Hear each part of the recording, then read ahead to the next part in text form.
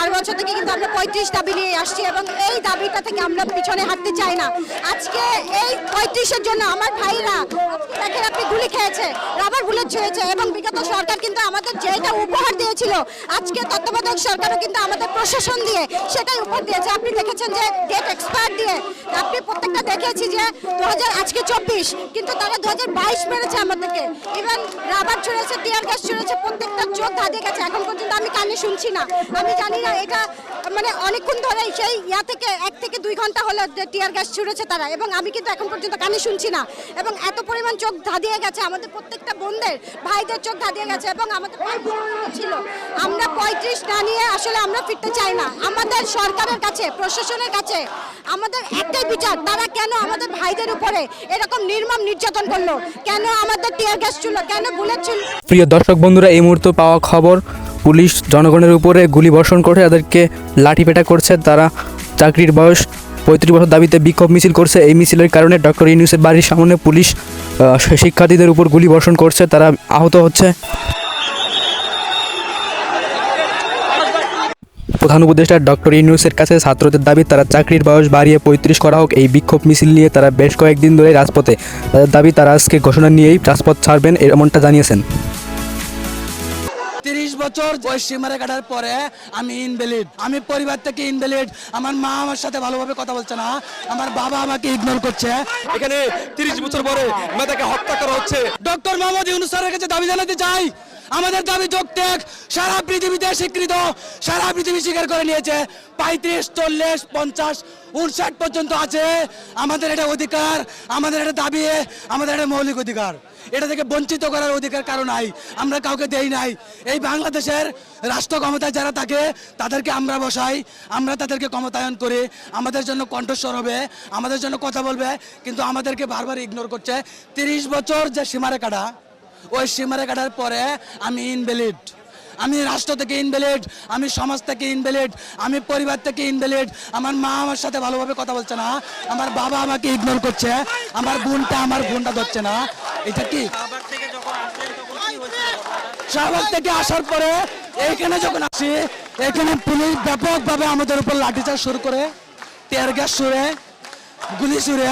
এটা কি কোনো সভ্য সমাজের চিত্র হতে পারে? আমরা কি এটা প্রত্যাশা করছিলাম? আমরা তো শান্তিপূর্ণ দাবি জানাতে আসছি, তাই না?